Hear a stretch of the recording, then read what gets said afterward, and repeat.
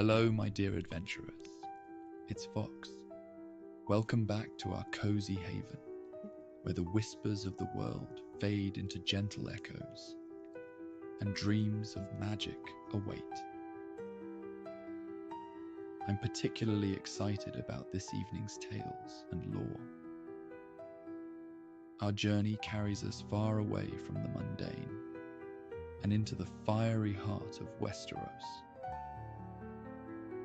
Whether you are Team Green or Team Black, for House Stark or House Lannister, we can all agree that the Targaryens and their dragon-riding rulers have endlessly captivated our imaginations throughout the realm, with their legendary tales of power, magic, and destiny. Imagine the rugged landscape of Dragonstone, with its towering volcanic mountains, and the ominous silhouette of the Targaryen stronghold, standing as a sentinel of timeless stories. Picture yourself walking through the ancient halls of Dragonstone, where the scent of salt and smoke fills the air, and the vibrant history of the Targaryens echoes around you. As the sun dips below the horizon, casting a crimson glow over the island, you find yourself drawn to a grand, dimly lit chamber. The flickering light of dragonfire dances on the intricately carved stone walls, and the soft murmur of ancient Valyrian weaves tales of power and magic. Let the calming sounds of the distant sea and the rustle of dragon wings envelop you, creating a sense of peace and wonder. In this sacred space, the stories of kings and queens, dragons and battles come alive, each tale a thread in the rich tapestry of Targaryen mythology. So let the worries and thoughts of the day fade away. Settle into your coziest spot, whether you're wrapped in a warm blanket or reclining in your favorite chair. Nestled in this serene setting, join me as we delve into the lives of legendary figures like Aegon the Conqueror, Rhaenyra Targaryen, the Mad King, and Daenerys Stormborn. Together, we will explore the dynasty's epic battles, their unbreakable bonds with dragons, and the timeless magic that permeates the ancient blood of House Targaryen. Before we immerse ourselves in the mystique of Targaryen folklore, find a place of comfort. Close your eyes, take a deep breath, and let your imagination transport you to the world of Westeros, where dragons soar and the echoes of ancient legends linger. Feel the warmth of a crackling fire, the whisper of a chilling breeze, and prepare to delve into the epic tale of the Targaryen dynasty, whose legacy is as fiery as their dragons. The Targaryens, a house of dragon lords, trace their origins to the ancient, lost city of Valyria, a realm of splendor and ruin. Valyria was a civilization of immense power. Its people, masters of dragoncraft and sorcery. Situated on the eastern continent of Essos, Valyria's landscape was dominated by towering mountains that belched fire and smoke, fertile fields sustained by volcanic ash, and cities of gleaming stone.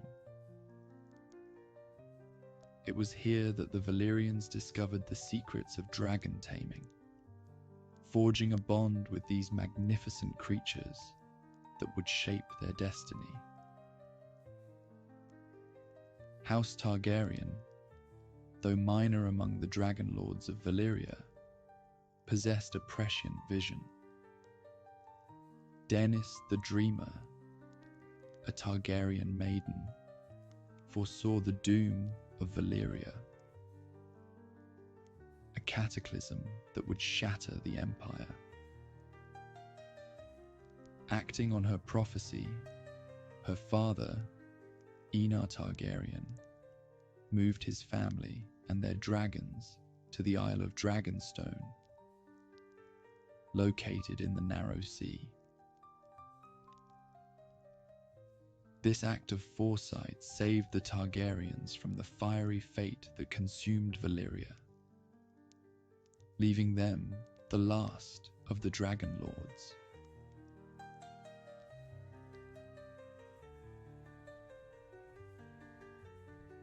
The founding of the dynasty began with Aegon Targaryen, later known as Aegon the Conqueror, who envisioned a kingdom forged in fire and blood. With his sister wives, Visenya and Rhaenys, and their dragons, Balerion the Black Dread, Vhagar, and Meraxes, Aegon embarked on a campaign to unify the fractured kingdoms of Westeros. His landing on the eastern coast, near the mouth of the Blackwater Rush, marked the beginning of a monumental conquest. Aegon's strategy was one of both military prowess and political acumen. He swiftly subdued the petty kings and lords through a combination of overwhelming force and promises of stability. The decisive battle at the Field of Fire, where Aegon and his sisters unleashed their dragons upon the armies of the Reach and the Westerlands, cemented his reputation. The flames consumed thousands, their ashes mingling with the blood-soaked soil, a testament to the might of the Dragon Lords. The crowning achievement of Aegon's conquest was the construction of the Iron Throne, a massive seat forged from the swords of his vanquished foes, melded together by dragonfire. This throne symbolized the unification of the Seven Kingdoms under Targaryen rule, and served as a constant reminder of Aegon's authority and the dragon's power. The dragons of House Targaryen are not merely beasts, but symbols of their might and magic. Balerion, the Black Dread, was the largest and most formidable of the dragons, his scales black as night, his wings vast enough to blot out the sun. Vhagar, though smaller, was equally fearsome, with scales of dark bronze and an ancient, battle-hardened ferocity.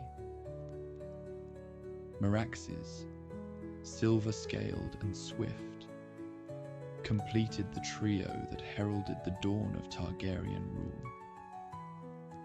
The bond between the Targaryens and their dragons was profound and mystical. It was said that dragon lords possessed an innate connection to their dragons, a blend of blood and magic that allowed them to command these formidable creatures. This bond was forged in the fires of Valyria and tempered through the centuries. Targaryen children were often placed in the cradles of dragon eggs, fostering a connection from birth. As they grew, they learned the ways of dragon lore, mastering the arcane arts necessary to ride and command their dragons. Dragons were more than weapons of war. They were extensions of their riders, reflecting their emotions and will. The fire that dragons breathed was not merely flame, but an embodiment of their riders' fury and resolve. The Targaryens used their dragons to enforce their will, quell rebellions, and explore the skies, their shadows casting a long and imposing figure over the lands below. The Targaryen sigil, a three-headed dragon breathing flames, is a potent symbol of their heritage and ambitions. Each head of the dragon represents Aegon and his sister wives, Visenya and Rhaenys. The crimson and black colours of their banner signify the fiery, tempestuous nature of their rule, and the blood they have spilled to maintain it. This sigil not only symbolizes their past glories and the formidable power of their dragons, but also serves as a reminder of their resilience and the legacy they are determined to reclaim. The motto of House Targaryen, Fire and Blood, encapsulates their history and ethos, signifying their readiness to wield fire against their foes and to spill blood, both theirs and others, to achieve their goals. This emblem of fiery resolve and martial prowess has become synonymous with their name, echoing through the history of the realm as a testament to their enduring legacy and the unyielding spirit of the Dragon Lords. The legacy of the Targaryen dynasty is a saga of illustrious rulers, each leaving an indelible mark on the history of Westeros.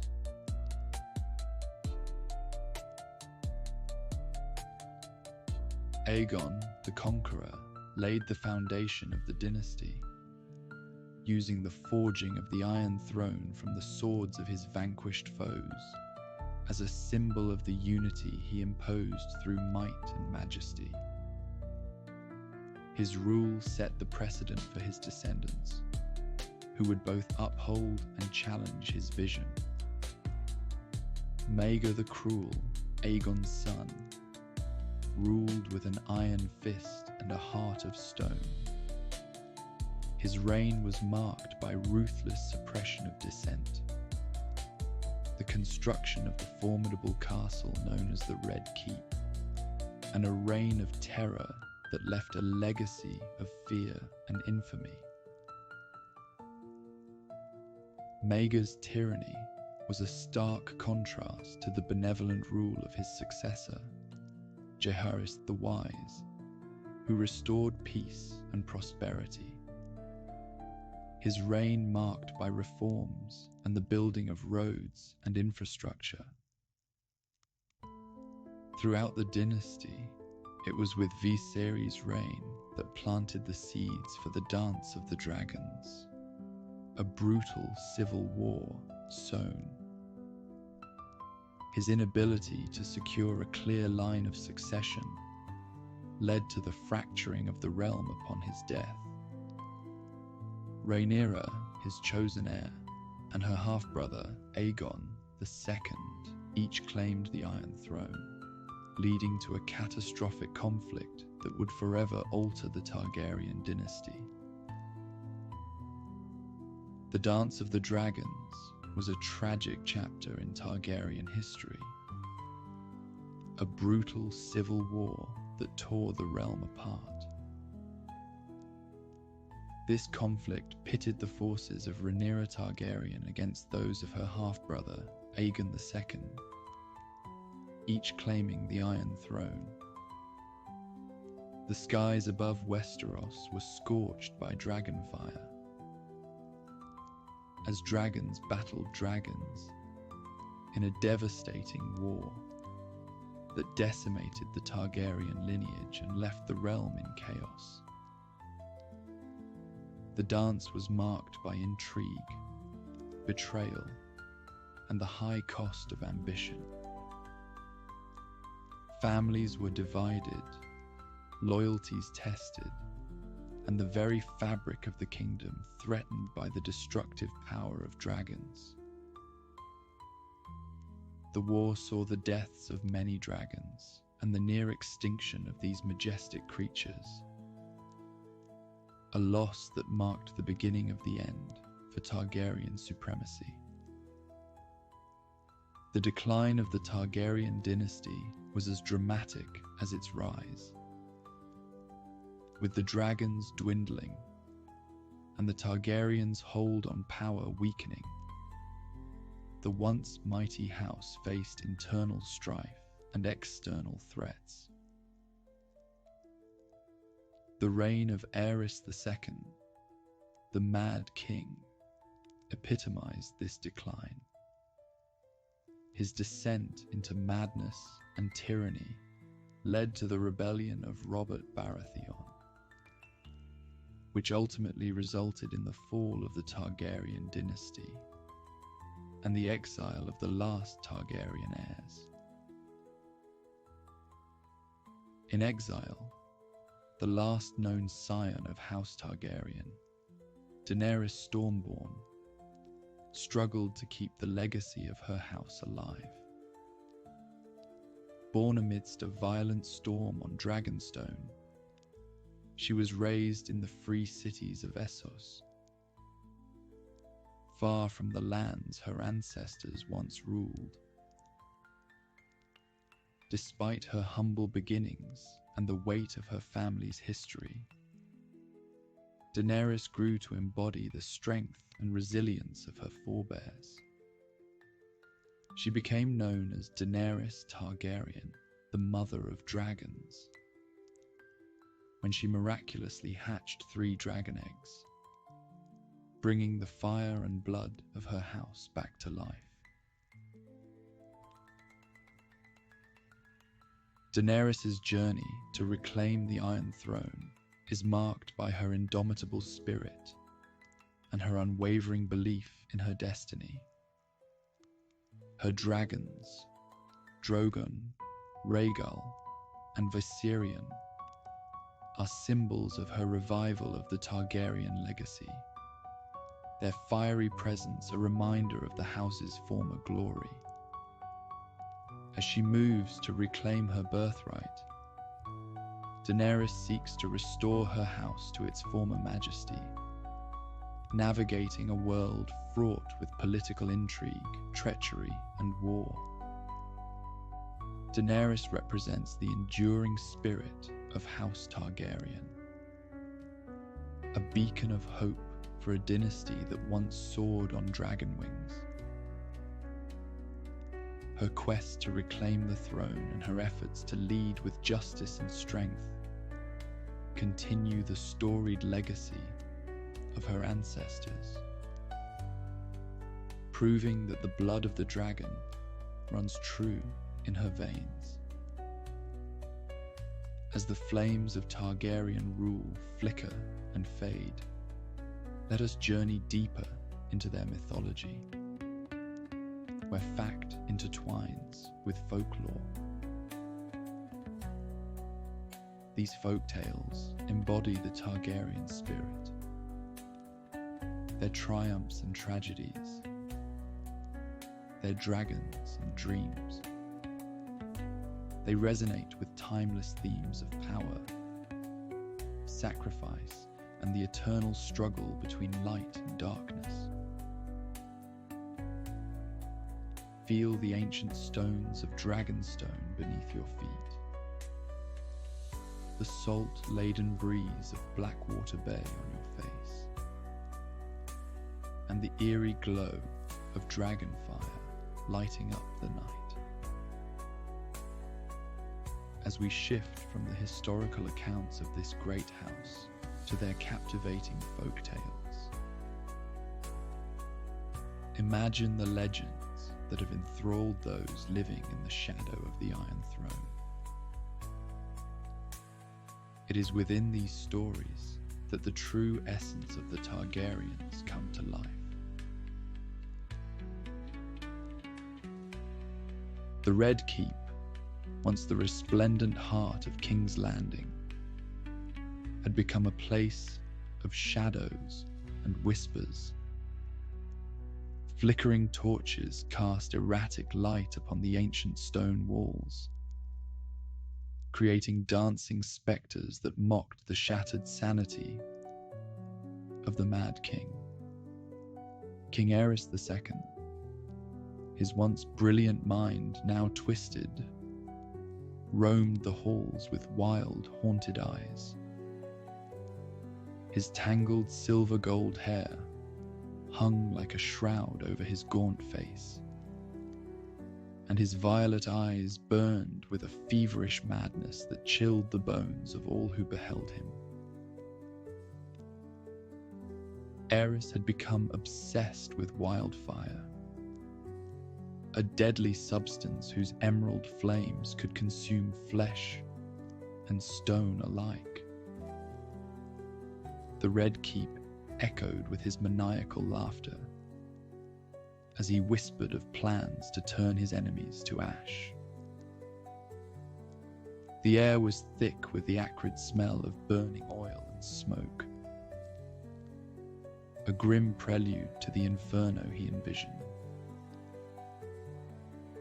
Among those who catered to his madness was Rossart, a gaunt pyromancer with a sinister smile and eyes that gleamed with unholy fervor. Rossart and his fellow pyromancers shared Aerys's twisted fascination. Their nights spent in dark, secret chambers, where the air vibrated with incantations and the promise of destruction. In the deepest recesses of the Red Keep, Aerys and Rossart conspired. The pyromancers had hidden caches of wildfire throughout King's Landing, enough to turn the entire city into a blazing inferno. Aerys's paranoia convinced him that his enemies would soon overrun the capital, and he would rather see it burn than fall into their hands. The pyromancers worked tirelessly, their chambers filled with the pungent scent of sulfur and smoke. The walls seemed to pulse with a malevolent energy, as if the very stones were imbued with the power of the wildfire they concocted. The air grew heavy with anticipation, each passing moment bringing them closer to the cataclysm Aerys envisioned. Amidst the growing tension and madness, Sir Jaime Lannister, a young and skilled knight of the Kingsguard, found himself torn between his oaths and his conscience. Jaime had sworn to protect the king, but he had also sworn to protect the realm. He had witnessed Aerys's descent into madness, his cruelty, and his reckless disregard for human life. Jaime knew that if the king's plan were realized, thousands of innocent lives would be lost in the inferno. The atmosphere within the Red Keep was thick with fear. Soldiers and servants moved with cautious steps, their eyes wide and wary.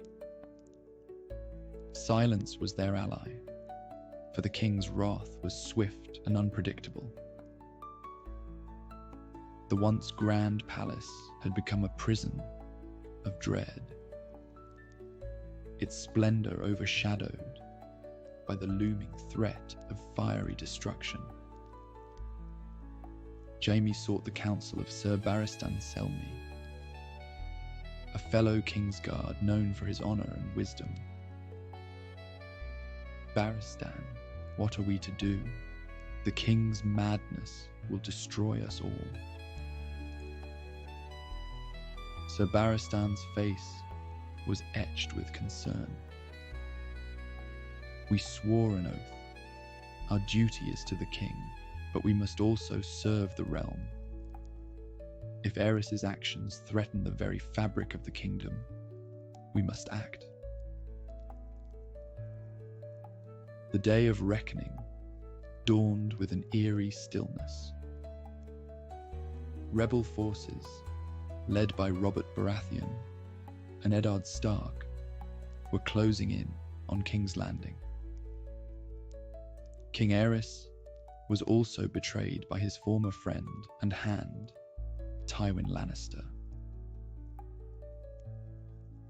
Under the false pretense of defending the capital, Tywin led his army to the gates of King's Landing. Trusting his old ally and swayed by Grand Maester Pycelle's counsel, Aerys ordered the gates to be opened. But once inside, Tywin revealed his true intentions and began a brutal sacking of the city, leaving chaos and destruction in his wake. The Mad King, driven to the brink of hysteria, summoned Rossart and his other pyromancers to the throne room. The vast chamber, with its high ceilings and intricate tapestries, felt like a tomb, heavy with the silence of impending doom. Aerys' voice trembled with fury as he turned to his kingsguard. "Bring me the head of your treacherous father, Lannister," he ordered. As Jaime hesitated, Aerys' eyes burned with madness. Turning to Rossart, his trusted pyromancer, he gave the fateful order. "Rossart," Aerys commanded, his voice reverberating through the hall. "It is time. Light the fires. The traitors want my city." Aerys hissed, his voice trembling with barely contained rage. "But I'll give them naught but ashes. Let him be king over charred bones and cooked meat. Let him be the king of ashes. Burn them all." Rossart bowed deeply, a sinister smile playing on his lips as he moved to initiate the wildfire plot, ready to turn King's Landing into a fiery grave. "As you command, your grace, they will pay for their treachery in fire and blood." "Burn them all," Aerys muttered, his voice trembling with mania. "Burn them in their homes. Burn them in their beds." His voice continued to rise, each repetition more unhinged than the last, a chilling testament to his further descent into madness.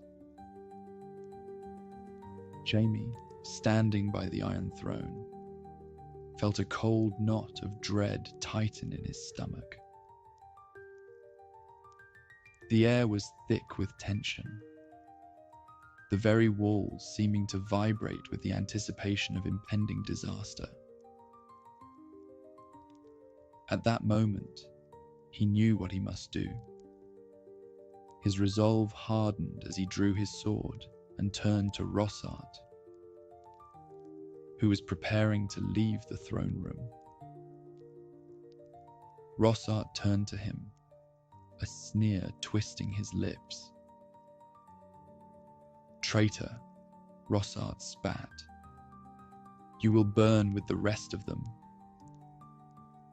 Jaime moved with deadly precision, his blade flashing in the dim light. He struck down Rossard with a single decisive blow, the pyromancer's body crumpling to the floor. The Mad King turned in shock to Jaime, his eyes widened with a mixture of madness and fear. He began to move backwards, stumbling over the Iron Throne's steps. He turned to get away, repeating his deranged command. Jaime approached the Iron Throne, his sword dripping with Rossard's blood. For a moment, time seemed to stand still. Jaime knew that this act would define him forever, that he would be branded a traitor and a kingslayer. But he also knew that it was the only way to save the city. With a heavy heart, Jaime plunged his sword into the Mad King's back. Aerys's eyes widened in shock and pain and collapsed on the steps, still muttering his mad command. Determined to end it, Jaime moved swiftly, slicing his knife across the Mad King's throat, ensuring he would never speak those words again. Aerys's screams faded to a gurgled gasp. He slumped forward on the steps, his lifeblood staining the Iron Throne. The Mad King was dead. Jaime stood over the lifeless body, his heart pounding in his chest. He had done what needed to be done, but the weight of his actions pressed down on him like a mountain. He knew that he would be reviled for this, that his name would be forever associated with betrayal and murder. But he had saved King's Landing, and that was what mattered. The news of Aerys's death spread quickly through the Red Keep. The pyromancer's plot had been foiled, and the wildfire hidden throughout the city was safely contained. The people of King's Landing, unaware of how close they had come to destruction, continued their lives, oblivious to the heroism of the man they would come to despise. Jaime Lannister, the Kingslayer, stood alone in the throne room, the weight of his actions heavy on his shoulders. He looked out over the city he had saved, knowing that his sacrifice would go unrecognized, his name forever tainted by the act of regicide. The Targaryen dynasty had been brought to a brutal and bloody end, its last king consumed by the very madness that had defined his reign. The Iron Throne, once a symbol of power and glory, now stood as a monument to the folly of a man who had sought to rule through fear and fire. And so, the tale of the Mad King and his final encounter with Jaime Lannister passed into legend, a haunting reminder of the fine line between power and madness, and the terrible cost of ambition.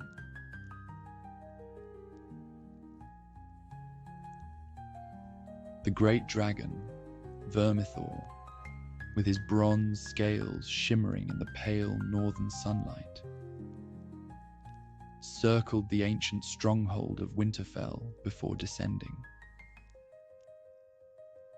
Jaehaerys Targaryen, the wise and benevolent king, looked over the sprawling fortress and the vast snow-covered lands that surrounded it.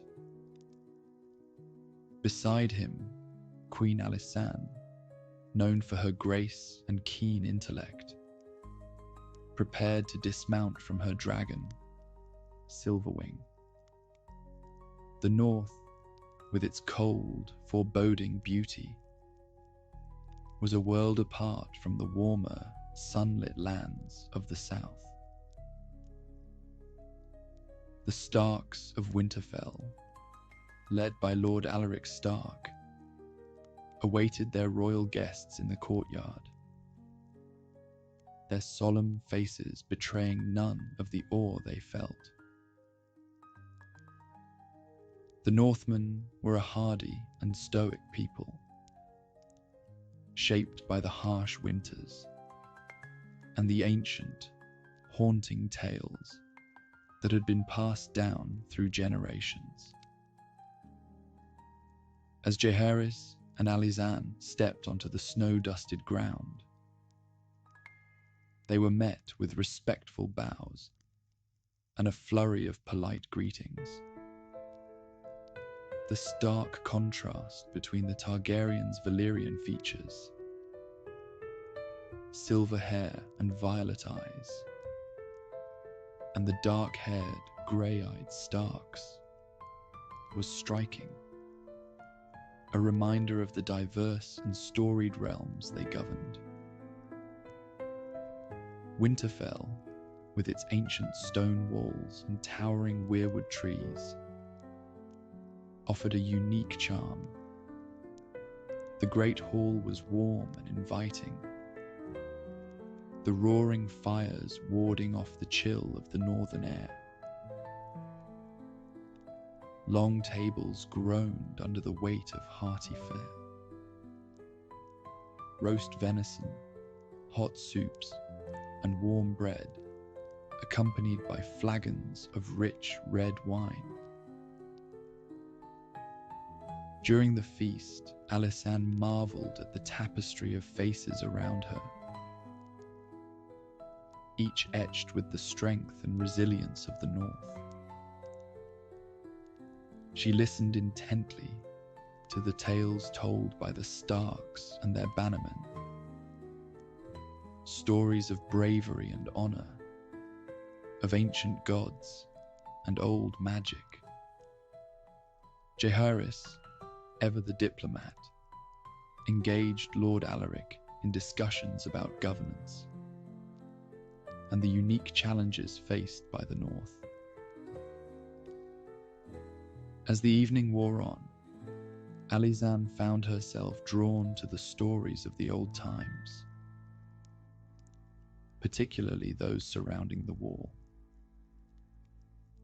The wall, a monolithic structure of ice and stone, loomed in the distance, a constant reminder of the unknown dangers that lay beyond. It was said to be haunted by spirits and creatures of legend, a barrier against the dark forces that once threatened the realm. Growing tired of waiting for Jaehaerys, Alysanne decided to visit the wall on her own. On a crisp, clear morning, she mounted Silverwing and took to the skies. The massive dragon's wings beat powerfully against the cold air, carrying her swiftly northward. Jaehaerys watched her departure with a mixture of pride and concern. His heart warmed by her adventurous spirit, but mindful of the dangers that might await. As Silverwing approached the wall, Alysanne marveled at its sheer size and imposing presence. The wall stretched endlessly in both directions, a vast, icy sentinel against the encroaching wilderness. Its surface gleamed like polished crystal in the winter sun, an impenetrable barrier that seemed almost otherworldly. Though it was summer and the wall was weeping, the chill of the ice could still be felt whenever the wind blew, and every gust would make Silverwing hiss and snap. Alysanne urged Silverwing onward, curious to see the lands beyond. But as they drew closer, the dragon faltered. Silverwing's great head turned, and despite Alysanne's commands, the dragon veered away, flying back toward Winterfell. Perplexed but undeterred, Alysanne tried again the next day. And again, Silverwing refused to cross the wall, turning back with a low, uneasy growl. A third attempt yielded the same result. Each time, Alysanne felt a growing sense of unease. It was as if an unseen force was preventing them from crossing.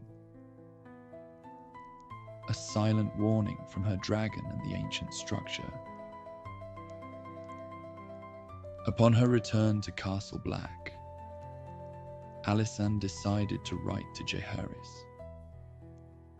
She needed to share her experience, but she also understood the importance of maintaining composure in front of the Northmen. "My dearest Jaehaerys," she began, her quill scratching softly against the parchment, "I must recount to you the peculiar events of the past few days.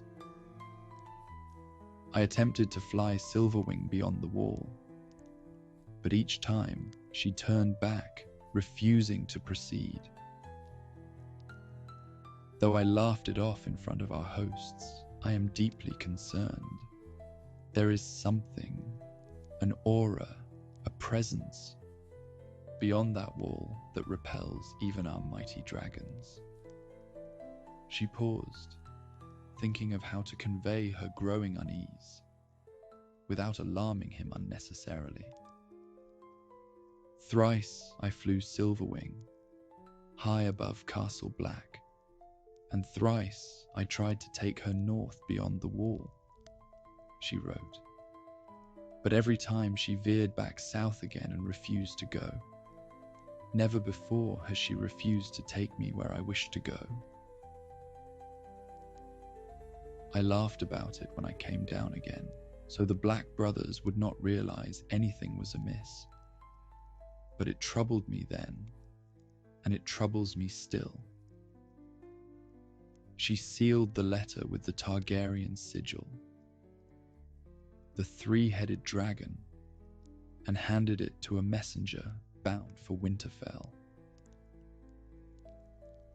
As she watched him depart, a cold wind swept through the courtyard, carrying with it a sense of foreboding. As winter began to tighten its icy grip on the north, Alysanne and Jaehaerys prepared to depart. Their dragons, restless and eager for the warmer climes of the south, awaited them in the courtyard. The people of Winterfell gathered to bid them farewell, their expressions a mix of respect and quiet admiration. Before leaving, Alysanne requested scrolls and documents about the wall from the Night's Watch and Winterfell's archives. The maesters and elders provided her with ancient texts and records, eager to assist in her research. She thanked them graciously, knowing these documents would be invaluable upon her return to King's Landing. Lord Alaric Stark approached, his grey eyes thoughtful. "Your visit has been an honour, Your Grace, and your presence a reminder of the bond between our houses. The North will always stand with the Targaryens."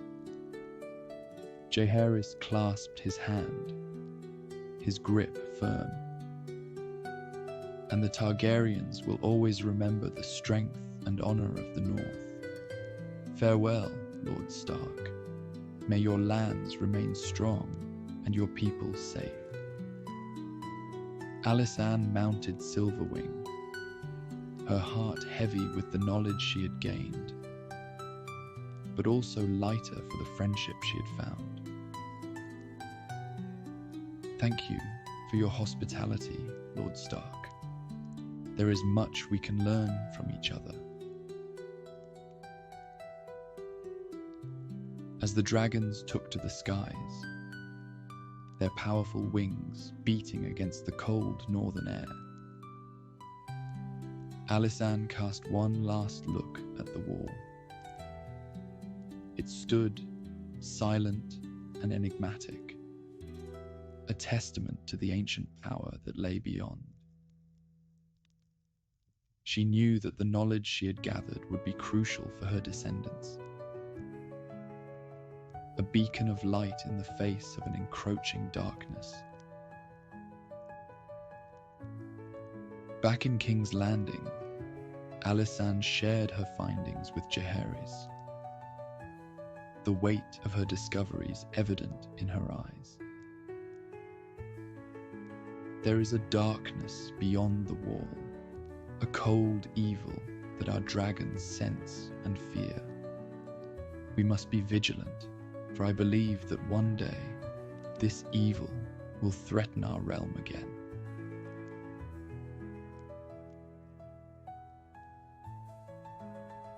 Jaehaerys, ever the wise ruler, nodded thoughtfully.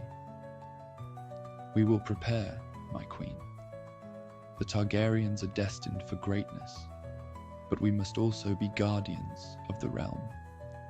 The knowledge you have gathered will be our guide."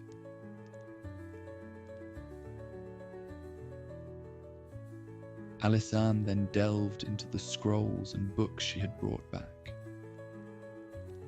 documenting her findings in a detailed account. She wrote about the stories and legends, the warnings and prophecies, and the mysterious force that had repelled Silverwing.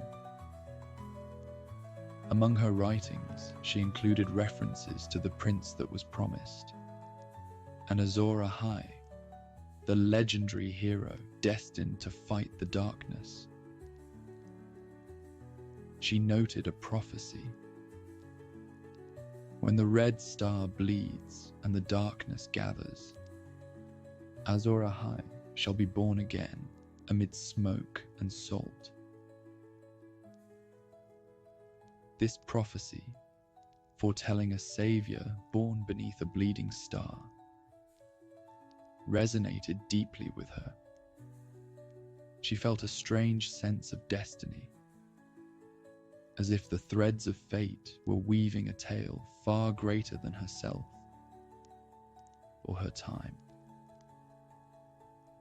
The Targaryens, with their dragons and their blood of old Valyria, had a role to play in the future of the realm, a role that was both thrilling and terrifying. Once Alysanne had thoroughly read and understood her findings, she shared them with Jaehaerys. Together, they decided on a plan. "We must pass down these prophecies in secret to our heir," Alysanne said.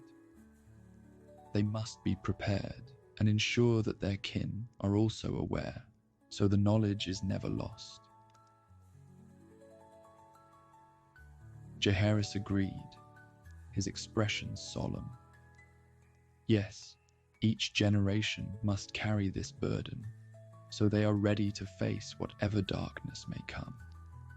We will entrust this knowledge to our children, and they to theirs, ensuring the realm's safety through our vigilance. Alysanne sealed her writings, ensuring that they would be preserved for future generations. She knew that these documents, these whispers of the past, might one day guide her descendants in their darkest hour. In the twilight years of their reign, Jaehaerys and Alysanne often reflected on their journey to the north. The memories as vivid as the day they had first set foot in Winterfell. They spoke of the wall, of the ancient legends, and the prophecies that had become a guiding star for their lineage. One evening, as they sat together in the gardens of the Red Keep, Alysanne looked to the sky, her gaze distant and thoughtful.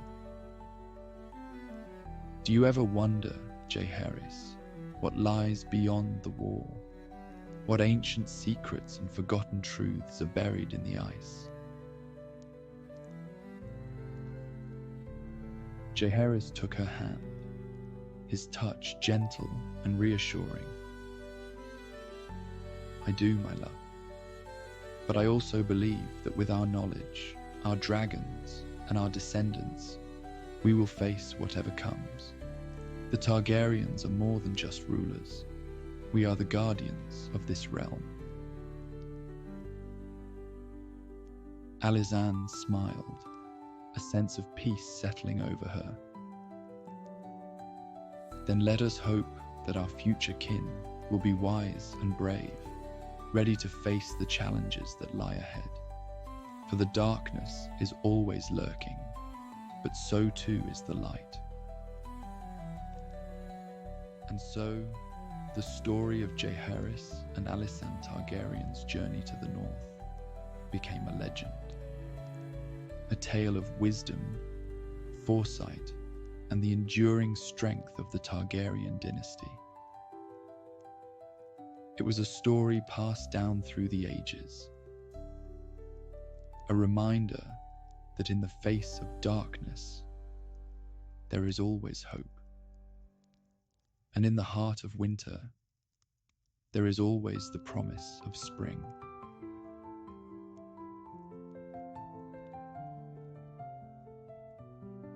The Iron Throne, forged from 1,000 swords, was a symbol of power and authority that had shaped the destiny of Westeros for generations. Now, it was the seat of Daenerys Targaryen, the last scion of House Targaryen, who had fought valiantly to reclaim her birthright. Her ascent to the throne was marked by fire and blood, but also by a vision of a just and peaceful realm. The Red Keep, a fortress of imposing grandeur, stood watch over King's Landing. Its halls were filled with the echoes of history, the ghosts of kings and queens past. Daenerys, with her silver gold hair and striking violet eyes, ruled from the Iron Throne, her presence commanding and her resolve unyielding. Yet, the weight of the crown was heavy, and the burden of leadership took its toll. It was Tyrion Lannister, her hand, who suggested the idea of a respite. "Your Grace," he said, his voice carrying a blend of concern and wisdom. "Even the fiercest dragon needs a moment of peace. The realm is stable, and the Great Council is capable. Take a break, travel to Dorne, enjoy the warmth and hospitality of its people. Daenerys considered his words. The idea of a journey to Dorne, the southernmost and sunniest of the Seven Kingdoms, was appealing. She had heard tales of its beauty and the spirited nature of its people. Moreover, it would be an opportunity for her dragons to stretch their wings and bask in the southern sun. Very well, Tyrion, she agreed, a rare smile gracing her lips. Dorne it is. Make the necessary arrangements. The journey to Dorne was a spectacle in itself.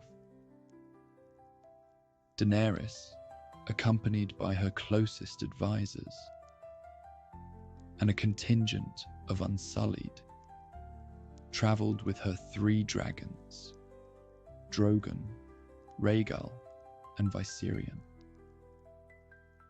The sky was alight with their presence, their massive wings casting shadows over the landscape below. As they travelled south, the air grew warmer, the landscape transforming from the fertile fields of the Reach to the arid beauty of Dorne. The golden sands stretched out like an endless sea, punctuated by the occasional oasis and the sprawling cities that rose from the desert like mirages. Their destination was Sunspear, the ancient seat of House Martell. The Dornish had always been a people apart, proud of their heritage and fiercely independent. Daenerys had high hopes for this visit, both as a chance to rest and to strengthen ties with the Southern Kingdom. Sunspear was a marvel of architecture and ingenuity. Its towers and walls were designed to withstand both the scorching heat of the sun and the potential threats from the sea. The water gardens, a tranquil paradise of fountains and shaded groves, offered a cool respite from the relentless sun.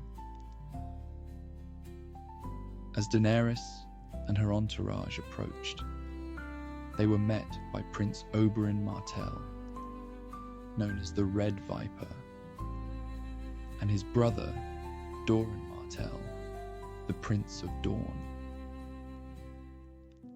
Oberyn, with his dark, piercing eyes and charismatic smile, greeted Daenerys with a flourish. "Welcome to Sunspear, Your Grace.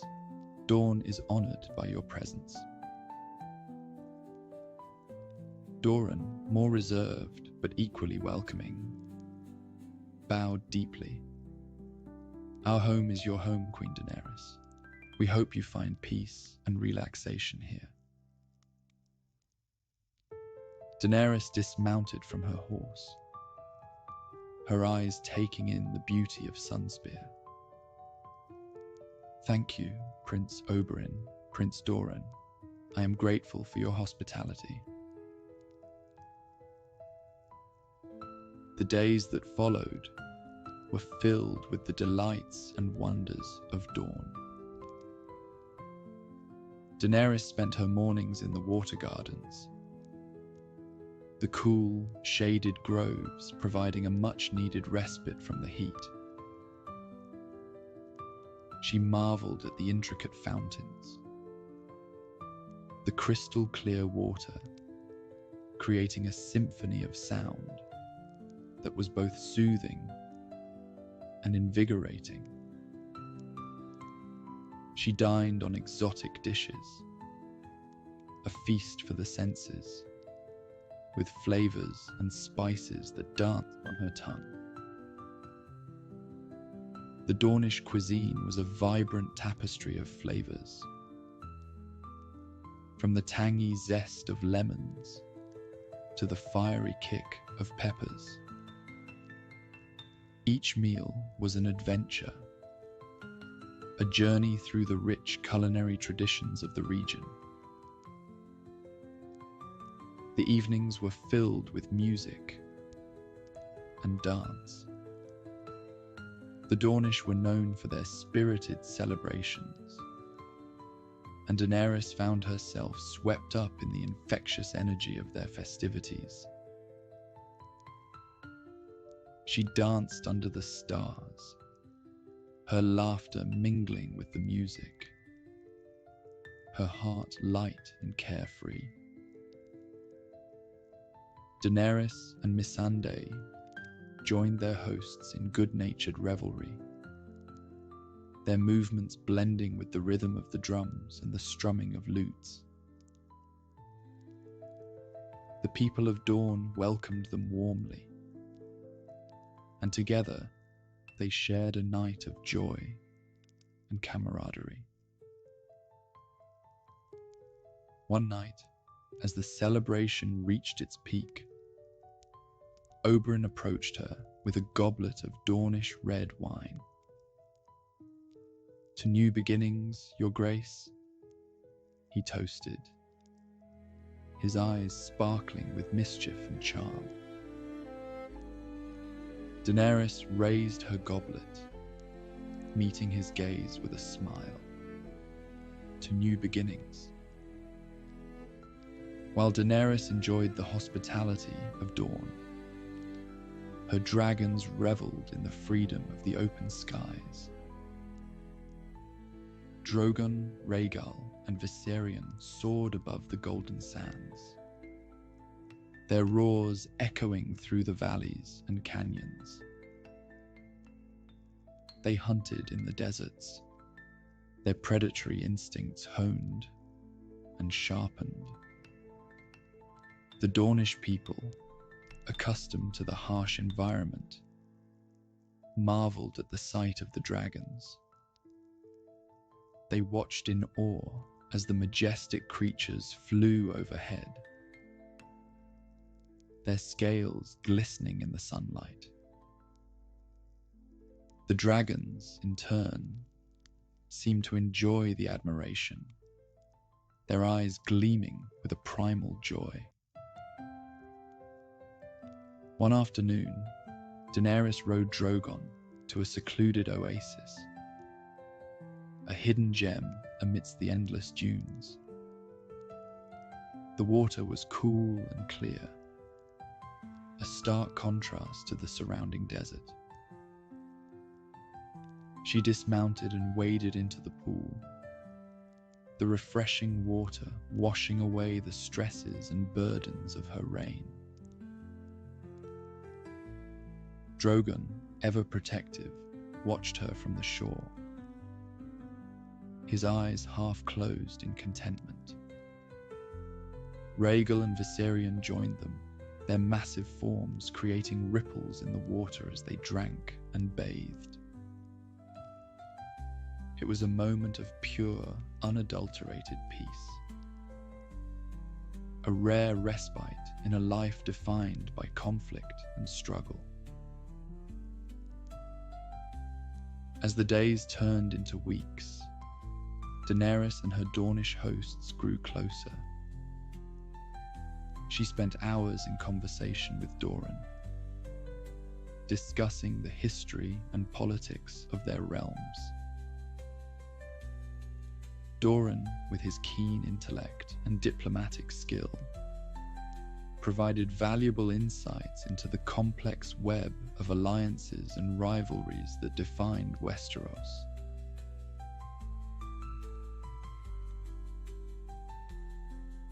Dorne has always been a land apart, Doran explained one evening as they strolled through the water gardens. Our customs, our traditions, they are different from the rest of the Seven Kingdoms. We value freedom and independence above all else. Daenerys nodded thoughtfully. I can see that. Your people are spirited and proud. It is a quality I admire. Oberyn, ever the warrior and adventurer, regaled Daenerys with tales of his travels and exploits. His stories were filled with danger and excitement, a testament to his fearless nature. I have seen the world, Your Grace, Oberyn said. His eyes alight with passion. But there is no place like Dorne. Our land, our people, they are unique, and we will defend them with our lives. Daenerys found herself drawn to Oberyn's boldness and charisma, as well as Doran's wisdom and restraint. The Martell brothers represented the duality of Dorne. Fierce and unyielding, yet wise and measured. The bond between Daenerys and her Dornish hosts was not only political, but personal. She found a kinship with Alysanne, Oberyn's paramour, and the Sand Snakes, Oberyn's daughters. The Sand Snakes, each with their own distinct personalities and skills, embodied the fierce spirit of Dorne. Tien, with her sweet demeanor and deadly skill with poisons, intrigued Daenerys. Nymeria, named after the legendary warrior queen, was a master of the whip, her movements graceful and lethal. Obara, the eldest, was a fierce warrior, her strength and determination a force to be reckoned with. One evening, as the sun set over the water gardens, the Sand Snakes invited Daenerys to spar with them. It was a test of skill and strength, a dance of dragons and snakes. Daenerys, ever the warrior queen, accepted the challenge with a smile. The sparring session was intense, the clash of steel and the swish of the whip creating a symphony of battle. Daenerys held her own, her years of training evident in her precise movements and strategic thinking.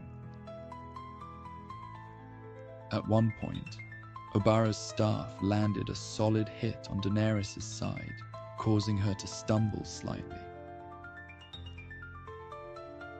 Stoic Grey Worm, ever vigilant, flinched and started to move forward, his protective instincts taking over. However, Daenerys, catching his movements out of the corner of her eye, burst into laughter. "Relax, Grey Worm," she called out, her voice filled with amusement. "I'm okay." Grey Worm halted, his expression returning to its usual stoic calm as he stepped back into place. The tension in the air dissipated, replaced by a light-heartedness that spread among the group. "You fight well, Your Grace," Nymeria said, her whip coiled in her hand. "You have the heart of a Dornish woman." Daenerys laughed again, her eyes shining with exhilaration. "Thank you, Nymeria. I take that as the highest compliment." As her time in Dorne drew to a close, Daenerys found herself reflecting on her journey. The respite had provided her with a much-needed break. a chance to reconnect with her own humanity and the world around her. The warmth of the Dornish sun, the beauty of the water gardens, and the spirited nature of the people had rejuvenated her.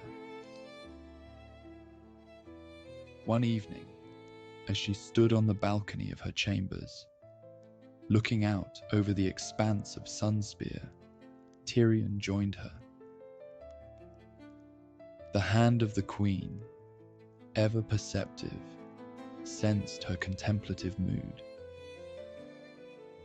"You seem at peace, Your Grace," Tyrion observed, his voice gentle. Daenerys nodded, her gaze fixed on the horizon. "Dorne has been good for me, Tyrion. It has reminded me of why I fight, of what I seek to build. A realm where people can live in peace, free from fear and tyranny." Tyrion smiled, a hint of pride in his eyes. "You have always known your purpose, Daenerys. This respite has only strengthened your resolve." Daenerys turned to face him, her expression resolute. "Yes, it has, and I am ready to return to King's Landing, to continue my work. The Iron Throne is not an end, but a beginning. The journey back to King's Landing was a bittersweet farewell to the land that had given Daenerys so much. The people of Dorne, led by Doran and Oberyn, bid her a warm farewell, their admiration and respect evident in their eyes. "Remember, Your Grace," Doran said, his voice filled with quiet strength. "Dorne stands with you. We are your allies, your friends." Oberyn clasped her hand, his grip firm and reassuring. "And if you ever need a break from the madness of court, you know where to find us." Daenerys smiled, her heart full. "Thank you, both of you. I will never forget the kindness and hospitality you have shown me." As she mounted Drogon, her heart swelled with a sense of purpose and determination. The dragons took to the sky, their powerful wings carrying them northward, back to the seat of her power. The return to King's Landing was met with a mixture of relief and anticipation. The city, ever bustling and vibrant, seemed to welcome her back with open arms. Daenerys dismounted from Drogon, her eyes scanning the familiar landscape of the Red Keep. Her advisors and council members greeted her warmly, their loyalty and support evident. The respite in Dorne had not only refreshed her, but had also strengthened the bonds of her rule. In the days that followed, Daenerys resumed her duties with renewed vigor. She held court, addressing the concerns of her subjects and overseeing the governance of the realm. The lessons and experiences from Dorne remained with her, guiding her decisions and actions. One evening, as she sat in her chambers, she penned a letter to Doran and Oberyn, expressing her gratitude and reaffirming their alliance. The bonds forged in the sunlit gardens of Sunspear would endure. A testament to the power of friendship and diplomacy. The tale of Daenerys' respite in Dorne became a legend, a story told by bards and minstrels throughout the realm. It was a tale of friendship and renewal, of a queen who found strength in the warmth and hospitality of the South. The bonds forged during that time would shape the future of Westeros, as Daenerys continued her quest to build a realm of peace and justice. The lessons she learned in Dorne, the wisdom of Doran, the bravery of Oberyn, and the spirit of the Sand Snakes would guide her as she navigated the challenges of ruling a vast and diverse kingdom. In the annals of history, Daenerys Targaryen would be remembered not only as a conqueror and a queen, but as a leader who understood the value of friendship, the importance of respite, and the enduring strength of the human spirit.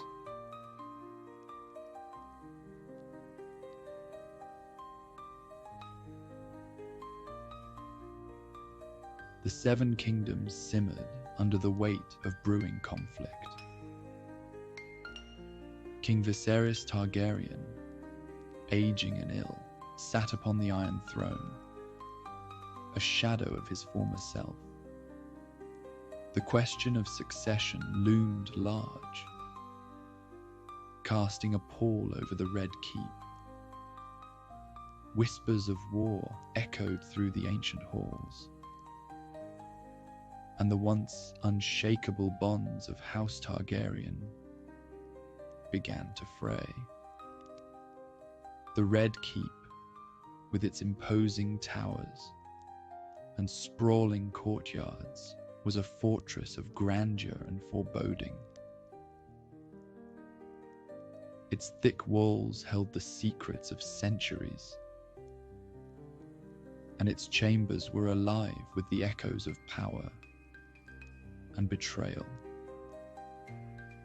The Godswood, nestled within the heart of the castle, was a place of serene beauty, a sanctuary from the political machinations that consumed the court. Rhaenyra Targaryen, the king's declared heir, felt the weight of the crown pressing down upon her. Her long, silver hair, so characteristic of her Valyrian heritage, flowed like liquid moonlight, framing her determined face. Her violet eyes, deep and thoughtful, mirrored the conflict that raged within her heart. Across the keep, Queen Alysanne Hightower, Viserys' second wife, harbored her own ambitions and fears for her children. Her auburn hair and green eyes gave her a striking presence, and her demeanor was one of controlled grace, masking the turmoil beneath.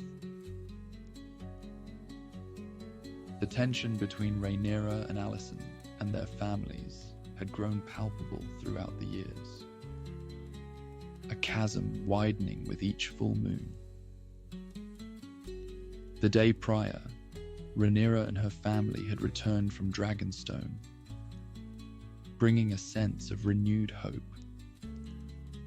That same night, to mark their return and foster goodwill, the king had orchestrated a peace offering meal.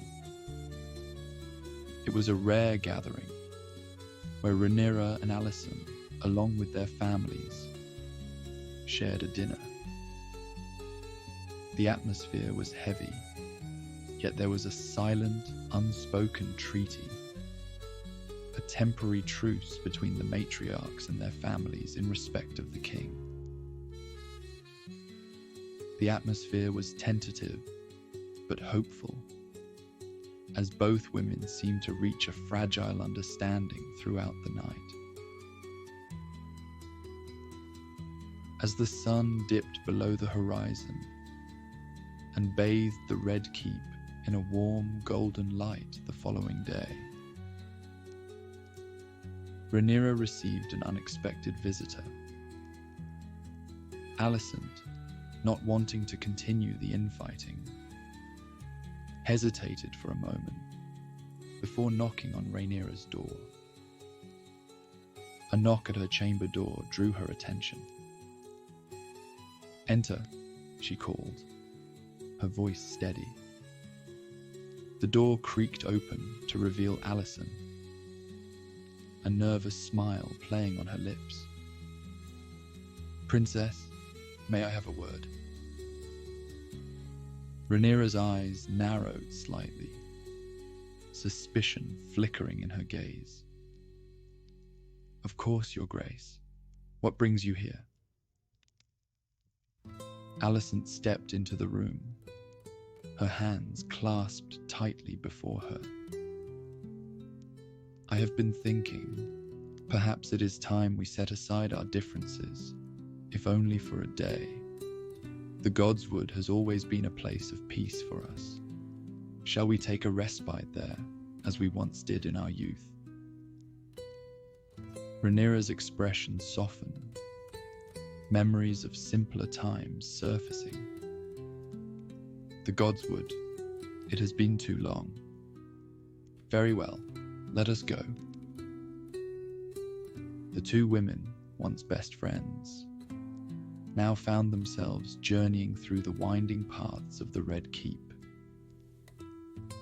their footsteps echoing in the quiet halls. The air was cool and crisp, carrying the faint scent of autumn leaves and the promise of change. As they walked, the tension between them seemed to ebb, replaced by a fragile truce. The Godswood was a sanctuary of tranquility amidst the chaos of court. Towering weirwood trees, their bark white as bone, and leaves a deep crimson, stood like ancient sentinels. The heart tree, with its solemn face carved into the trunk, gazed upon the world with eyes that seemed to hold the wisdom of the ages. Alysanne and Rhaenyra reached the heart tree, the setting sun casting long shadows that danced upon the ground. The two women settled on a blanket, the familiar comfort of the Godswood wrapping around them like a warm embrace. For a time, they sat in silence, the weight of their shared past, an uncertain future hanging between them. It was Alysanne who spoke first, her voice soft and tinged with nostalgia. "Do you remember when we used to come here as girls? We would talk for hours, dreaming of flying away on dragons and eating cake until we couldn't move." Rhaenyra smiled, the tension in her shoulders easing. "Yes, I remember. We were so carefree then, untouched by the burdens of duty and politics." Alysanne sighed, her gaze distant. "I wish we could go back to those days, but we are not those girls anymore. We are queens, mothers, and our children will inherit this world we shape."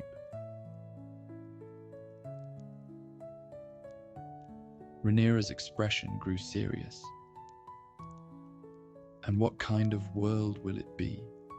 We are on the brink of war, Alysanne. The throne hangs in the balance." Alysanne's eyes hardened, the steely resolve of a mother protecting her young. I fear for my children, Rhaenyra. If you ascend the throne, what will become of them? Can you promise me their safety?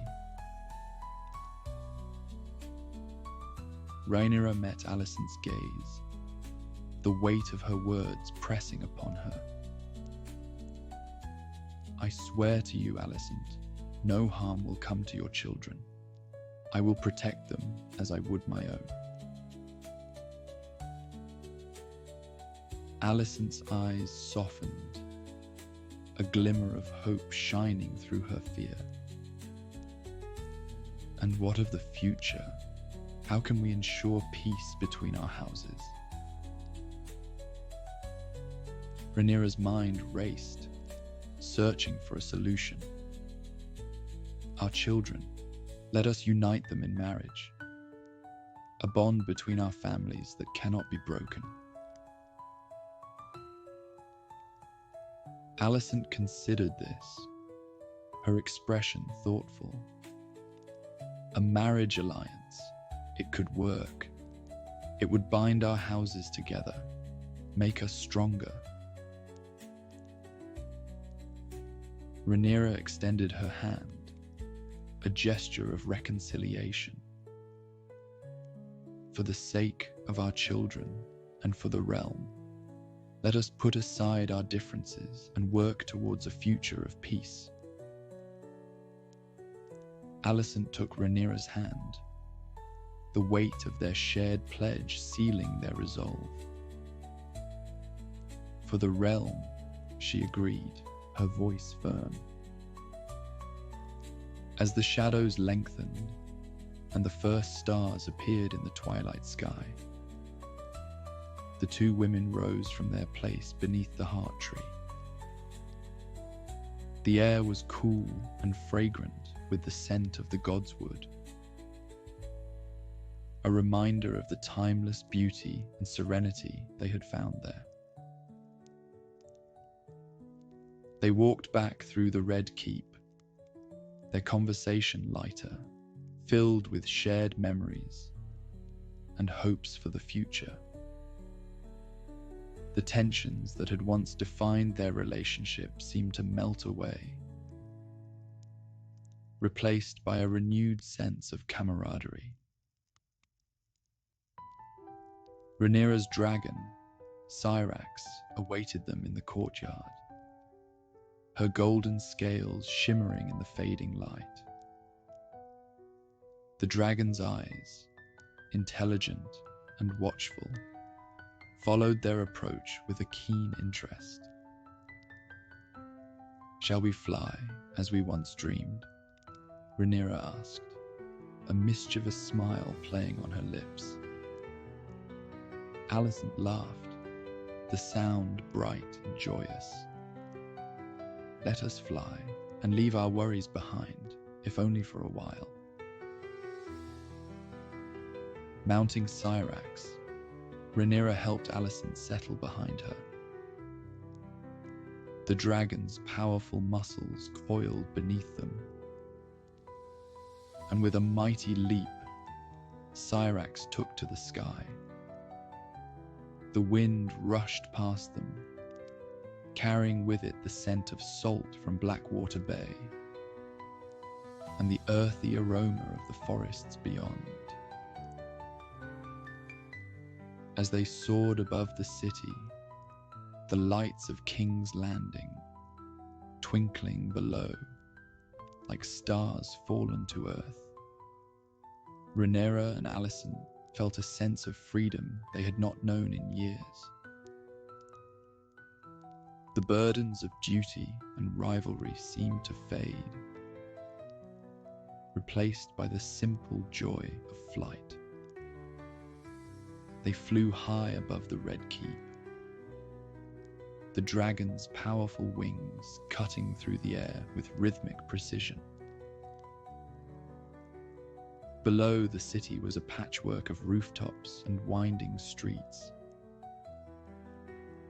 a tapestry of life that stretched out as far as the eye could see. Rhaenyra turned her head, her voice carrying over the rush of the wind. Do you remember our first flight? How we felt invincible, as if we could conquer the world.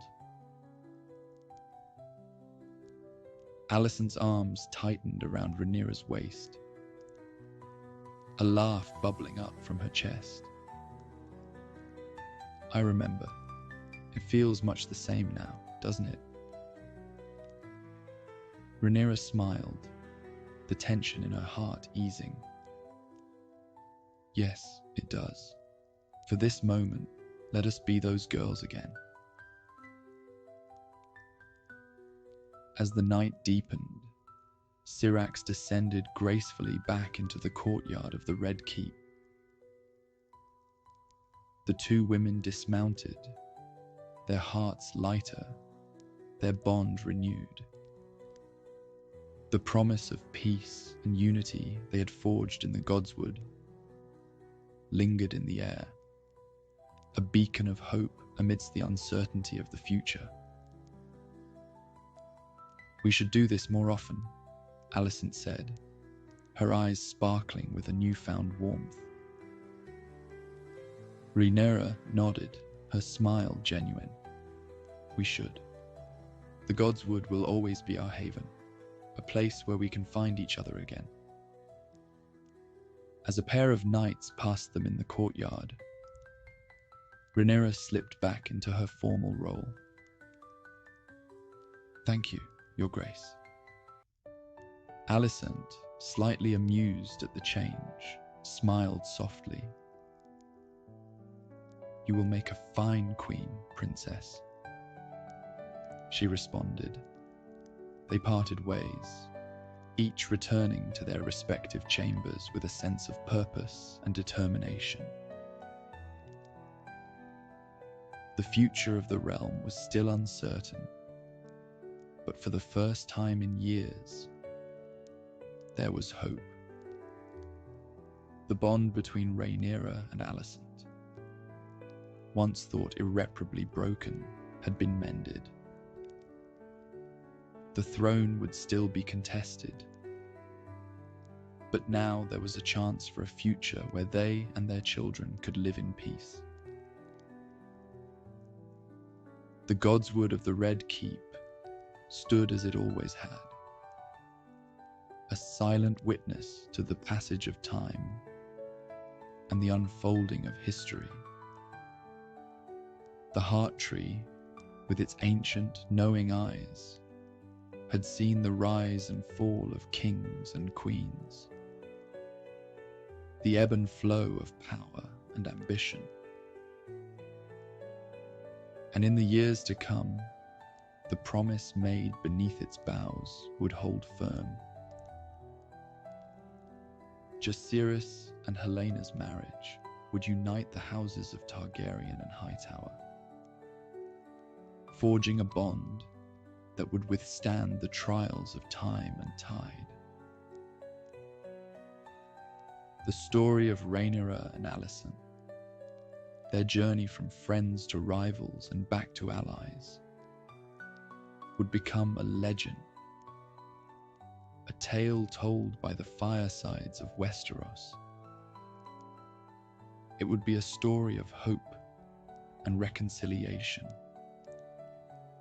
a reminder that even in the darkest of times, there is always the possibility of light. And so, the Godswood remained a place of peace and reflection, its leaves whispering secrets to those who would listen, its heart tree standing as a symbol of the enduring bonds of friendship.